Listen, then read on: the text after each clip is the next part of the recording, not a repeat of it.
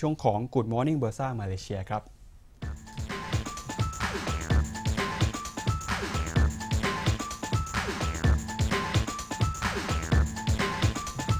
ในช่วงนี้นะครับเราจะมาพูดคุยกันกับนักวิเคราะห์ของจากต่างประเทศนะครับมาพูดคุยกันกับมิสเตอร์ซอเซียวจุนนะครับตำแหน่งก็คือ Property Analyst ที่ CIMB Investment Bank เบอร์หัดนะครับของมาเลเซียครับ Good morning Mr. ซอเซียวจุน Hey, good morning. How are you today? I'm fine, thanks.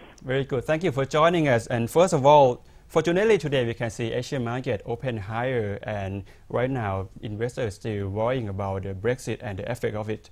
And can you estimate the effect and what is the outlook for Malaysian market? Is it right that Malaysian property stocks are cheap, and why are the property stocks trading at cheap valuations?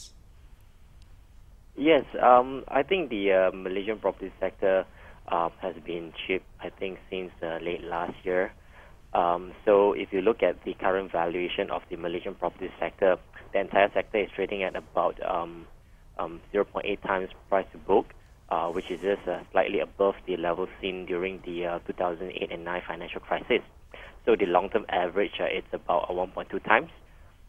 There are several reasons that I think resulted in the cheap valuations. On one hand, the Malaysian economy is facing some headwinds and home buyers' interest has weakened since late last year. On the other hand, some investors think that the property sector is facing several structural issues, such as oversupply of properties, affordability issues as the house prices are no longer affordable by the general public, feel that the developers' profit margin may decline due to a tougher competition, as well as a more stringent bank lending, which hampers housing loan approval. So in short, the cheap valuation of the property sector reflects not just the cyclical downturn in property sales, but also the persistent structural issues that the industry is facing. Mm-hmm. And is the sector's fundamentals as dire as many perceived? The sector is certainly facing some form of headwinds. Many developers did not achieve their sales target last year, and in the first quarter of this year, many big developers saw double-digit decline in their sales. However, I think the fundamentals of the sector are not as bad as perceived by many. Mm-hmm. Firstly, if we look at the average income of the Malaysian public, the average income has actually risen in tandem with average house prices in the past few years. And if we consider the impact of lower interest rate in home buyers' purchasing power, the home buyers' purchasing power actually rose more than the house prices. So based on my calculation, the average price in Malaysia, house price in Malaysia rose 80% between 2007 to 2014. And in that same period, average home buyers' purchasing power actually jumped 125%, which is more than a change in house prices. Mm-hmm. Secondly, I think the fear of oversupply is overblown. Yes, there were many launches of condominiums and service apartments in the past few years. In fact, I believe all these high-rise projects gave the public the impression that Malaysia has been building too many houses. However, if we look at the data from the housing agency as well as the independent consultants, the data tells us that while there were many condominiums being built, there was also a decline in the supply of landed properties. So if we look at the supply of residential properties in totality, supply of houses over the past few years was actually lower than historical average. And furthermore, there is also concern that developers have been building too many high-end properties in the past few years. Some of the buyers of these units as something are speculators and may dump their units once these units are completed. But we are not seeing many high-end units being sold at a big discount in the second-hand market right now. Mm-hmm. On top of that, if we look at the central bank data, the non-performing housing loans is actually declining, so which suggests that home buyers are still servicing their loans. And if there were any speculators who jumped into the property market a few years ago, these people, they are still holding on to their units and they are not dumping their units. Mm-hmm. So in short, the fundamentals actually it's quite solid and it's not as bad as many think. Mm-hmm. And what could trigger a recovery in property sales and property stock prices? One interesting observation about property sales is that the interest in housing, as indicated by the amount of housing loan applied, declined in tandem with the consumer sentiment since as early as the second quarter 2014. As you might aware that 2015 was a very bad year for Malaysia, both economically as well as politically. Crude oil prices fell since late 2014 and ringgit sank to an all-time low against the US dollar since the Asian financial crisis. And then there was an almost unprecedented political uncertainty since the late 90s.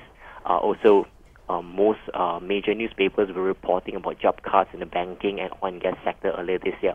All this had an impact on consumer sentiment. And if we look at the consumer sentiment survey, Malaysian consumer sentiment sank to a level that is even lower than what we saw during the global financial crisis in late last year.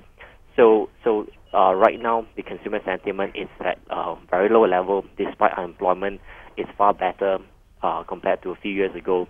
And I think that consumer sentiment is affected by not just the economic headwinds, but as well as the political noises and also the weak ringgit. So right now, crude oil price has recovered slightly. The political noise is fading, and I think we should see a better economic condition in the second half. So all this should bring back the interest in property. And on top of that, some investors are concerned that property sales may not recover if banks continue to be stringent. Some are saying that the housing loan approval is only at 40% compared to 60-70% in 2 to 3 years ago. But I think this is a misconception. Firstly, there is no official source for the approval rate.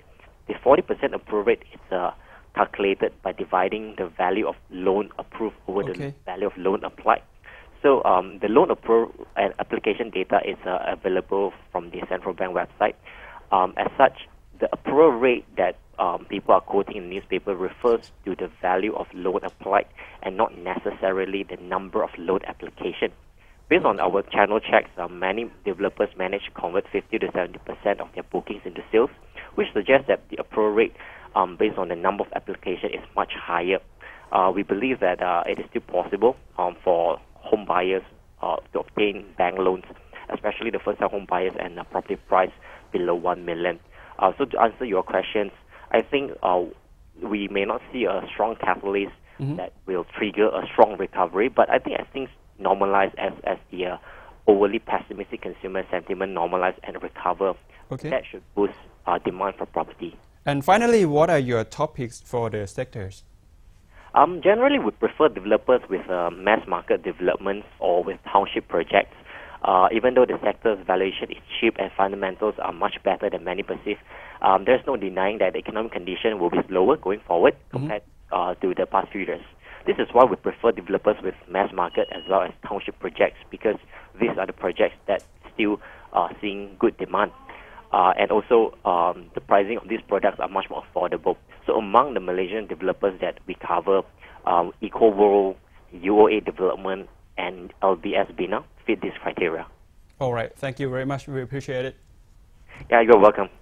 ก็เป็นความเห็นนะครับของคุณซอเซียวจูนนะครับ Property Analyst จาก CMB Investment Bank เบอร์หันนะครับที่มองว่าตอนนี้เองหุ้นในกลุ่มอสังหาริมทรัพย์ของมาเลเซียนะครับก็ถึงแม้ว่าจะมีความวิตกกังวลกันนะครับมีมุมมองด้านลบต่อการเติบโตของธุรกิจกลุ่มอุตสาหกรรมนี้แต่อย่างไรก็ตามนะครับจะเห็นว่าด้วยตัวพื้นฐานเองก็ไม่ได้แย่ขนาดนั้นนะครับราคาตอนนี้ก็เริ่มมีราคาถูกในรอบหลายปีที่ผ่านมาแล้วถึงแม้ว่าจะมีปัญหามีความวิตกกังวลการเกิดขึ้นกับเศรษฐกิจของมาเลเซียนะครับแต่ก็เชื่อว่าจะมีการเติบโตได้ดีขึ้นทั้งเรื่องของเศรษฐกิจในช่วงครึ่งหลังนะครับเรื่องของความคิดเห็นมุมมองของผู้บริโภคด้วยนะครับก็มีการแนะนำกันมากับการลงทุนนะครับในอสังหาริมทรัพย์ของมาเลเซียนะครับโดยแนะนำให้ไปจับตากันกับผู้ประกอบการนะครับที่เน้นตลาดที่เป็น mass market หรือว่าตลาดขนาดใหญ่นั่นเองครับก็เป็นที่มาฝากกันนะครับในช่วงนี้กับช่วงของ Good Morning BURSA Malaysia นะครับ